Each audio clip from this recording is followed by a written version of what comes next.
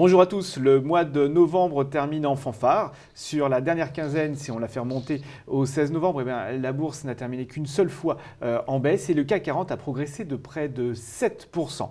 Mais il n'y a pas que sur les marchés actions où on a le sourire, n'est-ce pas Isor? Absolument, on a aussi le sourire sur les marchés de taux, puisque si les marchés actions montent, les marchés de taux baissent et ça c'est plutôt positif pour nos vieux pays européens en crise. Mais alors n'est-ce pas paradoxal à l'heure où les agences de notation dégradent les notes de dette européennes et dernièrement Moody's a dégradé la note de la France? Absolument, ça peut paraître très paradoxal et on peut parler pendant très longtemps des agences de notation et de leurs sanctions, mais un constat, le spread qui est l'écart de taux, donc le spread entre la France et l'Allemagne s'est réduit depuis cette sanction.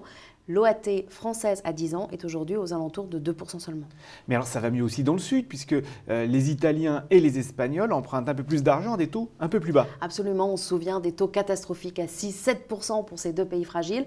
Aujourd'hui, on est à 5,30 pour l'Espagne, à 4,50 pour l'Italie. Donc même si ça reste élevé, c'est beaucoup mieux. Et je pense que ces pays fragiles profitent de la cohésion au sein de la zone euro et notamment sur le règlement de la dette grecque. Alors Isor, si du côté des valeurs, on parlait du secteur bancaire. Absolument, au moins c'est raccord avec le fait de la semaine et les valeurs bancaires profitent également de cet espoir d'embellie dans la zone euro.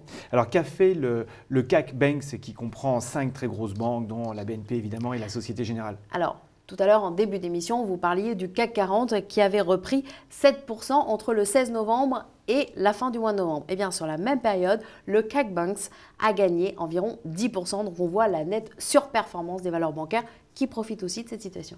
Eh bien, pourvu que ça dure et que ça s'étale à tous les autres secteurs d'activité, merci Isor. Quant à nous, on se retrouve pour un prochain Un fait, une valeur.